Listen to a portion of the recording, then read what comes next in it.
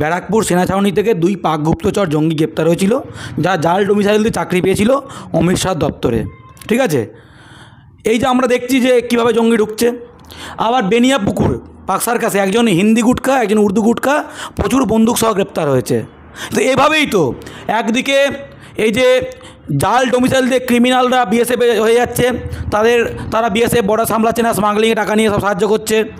বিএসএফই বলে অনেক রিপোর্টে যে বিএসএফের কর্তারা যুক্ত, বিএসএফের কমান্ডান্টরা যুক্ত, বিএসএফের জওয়ানরা যুক্ত, এভাবেই জঙ্গি ঢুকছে। কোনো হিন্দু বাঙালি বাংলাদেশে মার খেলে তাকে ঢুকতে দেওয়া হচ্ছে না, পশ্চিমবঙ্গে আশ্রয় দেওয়া হচ্ছে না, ভারতে আশ্রয় দেওয়া হচ্ছে না, তা জঙ্গি ঢুকছে কী করে? শুভেন্দু, জঙ্গিটা তোর বাপ অমিত শাহ বিএসএফকে ঢোকাচ্ছে। কেন ঢোকাচ্ছে? এই বাংলাকে জঙ্গি ঢুকছে কী করে? কে দায়ী? অমিত শাহ দায়ী। অমিত শাহ অপদার্থ, অপদার্থ কি না? অমিত শাহ কি অপদার্থ? স্বরাষ্ট্রমন্ত্রী অপদার্থ? ডিফেন্স মিনিস্ট্রি অপদার্থ? কি বলতে চাইছে? জঙ্গি ঢুকছে কী করে? সীমানা তো পাহারা দেয় ভারত সরকারের police, border security force, SSB, সীমান্ত সুরক্ষা বল, সীমা সুরক্ষা বল। তা সেখানে জঙ্গি ঢুকাচ্ছে কে? ঢোকাচ্ছে পশ্চিমবঙ্গ পুলিশ না বিএসএফ? কে ঢোকাচ্ছে? জঙ্গি বর্ডার দিয়ে কে ঢোকাতে পারে? বিএসএফ না রাজ্য পুলিশ? আমরা জানি রাজ্য পুলিশ বর্ডার পাহারা দেয় না, তাহলে আপনারা বুঝে নিন জঙ্গি ঢুকলে কার দায়। তার পদত্যাগ চাই, অমিত শাহর পদত্যাগ চাই। বাংলাদেশ বর্ডার দিয়ে জঙ্গি ঢুকলে অমিত শাহর পদত্যাগ চাই, কারণ সে ব্যর্থ। এত বড় নাকি পাওয়ারফুল হোম মিনিস্টার, বাংলাদেশে কোনো হিন্দু বাঙালি মার খেলে ঢুকতে দিচ্ছে না, আশ্রয় দিচ্ছে না, বর্ডার সিজ করে রেখেছে, তাহলে জঙ্গি ঢুকছে কি অমিত শাহর ইচ্ছা করে ঢোকাচ্ছে? জানতে চাই। আর ব্যারাকপুর সেনা ছাউনিতে গত বছর প্রদ্যুম্ন কুমার এবং জয়কান্ত কুমার জাল ডোমিসাইল দিয়ে চাকরিতে ঢুকেছিল, তারা পাক গুপ্তচর হিসাবে ধরা পড়েছে। বেনিয়াপুকুরে এত অস্ত্র উদ্ধার হয়েছে, কুলটিতে এত অস্ত্র উদ্ধার হয়েছে, সব বিহারের গুটখা। বাংলা সত্যিই তো একদম প্রকাশ্যে গুলিগালার, বিহারের গুন্ডা বাড়ছে, ওইদিকে বিএসএফের অপদার্থতার কারণে বাংলাদেশ থেকে নাকি জঙ্গি ঢুকছে। এই সব কিছু দায় কার? যে বাংলার যে বিভিন্ন জায়গায় শুট আউট হচ্ছে এবং বিহার থেকে বন্দুক নিয়ে আসছে, বাংলা পুলিশের দায়। যদি বর্ডার দিয়ে জঙ্গি ঢোকে তাহলে বিএসএফের দায়। এবং যদি ব্যারাকপুর সেনা ছাউনিতে পাক গুপ্তচর পাওয়া যায়, সেটা ডিফেন্স মিনিস্ট্রি এবং স্বরাষ্ট্রমন্ত্রী অমিত শাহর দায় এবং ডিফেন্স মিনিস্টারের দায়। তাহলে সবগুলো বুঝতে হবে। শুধু মিডিয়ায় হাঁ করলে বাঙালি ওই সব ফাঁদে আর পা দেয় না। শুধু মিডিয়ায় পাম দিচ্ছ, বর্ডার দিয়ে জঙ্গি ঢুকতে কি করে প্রশ্ন করতে চাই। বিজেপি ক্ষমতায়, তোর পার্টি ক্ষমতায়, জঙ্গি ঢুকছে কি করে? অমিত শাহ অপদার্থ? তুই বলেছিলিস বাংলাদেশে হিন্দুরা মার খেলে নাকি পশ্চিমবঙ্গে আশ্রয় দেওয়া হবে। অমিত শাহ তোর মুখে মুতে দিয়েছে জাস্ট। হিন্দু বাঙালিকে নির্যাতিত, নিপীড়িত হিন্দু বাঙালিকে ঢুকতে দিচ্ছে না বিজেপি এবং কেন্দ্র সরকার, সেখানে জঙ্গি ঢুকছে কী করে? তাহলে বর্ডার সিকিউরিটিতে ব্যর্থ বিএসএফ। আর বিএসএফের চাকরি কী করে পেয়েছে আমরা প্রমাণ করে দেখিয়ে দিয়েছি।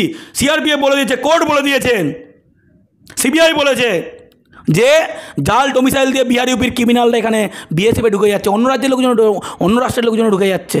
দায় তো নিতেই হবে অমিত শাহ, দায় তো নিতেই হবে রাজনাথ সিং, তাই না? বিজেপি সরকারের দায়িত্ব নিতেই হবে।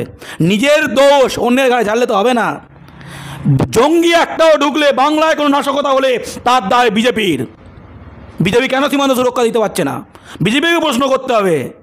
নিজের দোষ অন্যের গায়ে ঢেলে দিয়ে বলবো ওই দেখো ওই দেখো ওই দেখো, এটা তো হবে না। বর্ডার পাহারা দিতে না পারলে রাজ্য পুলিশকে ছেড়ে দাও। আর রাজ্য পুলিশ যদি যখন না পারে তখন বলবে রাজ্য পুলিশ জঙ্গি ঢোকাচ্ছে, তখন মেনে নেবো। এখন তো মানবো না। বিএসএফ অমিত শাহকে বলো, এটাই বলতে চাই। ভোটের তালিকায় তাদের কিভাবে নাম উঠলো? সুজন চক্রবর্তী বলছেন এবং অধীর চৌধুরী বলছেন যে কিভাবে ভোটের তালিকায় জাল নথিতে নাম উঠলো তাদের। আমি ভোটার এবং আধার কার্ড কে করে? আধার কার্ড কে করে? আধার কার্ড কে করে? তুমি উত্তর দাও। আধার কার্ড কাদের? কোন সরকারের? কেন্দ্র সরকারের। আধার কার্ড নাম উঠলো কি করে? কাকে প্রশ্ন করব? কাকে প্রশ্ন করব? পাসপোর্ট জালিয়াতি হচ্ছে, পাসপোর্ট দেয় কে?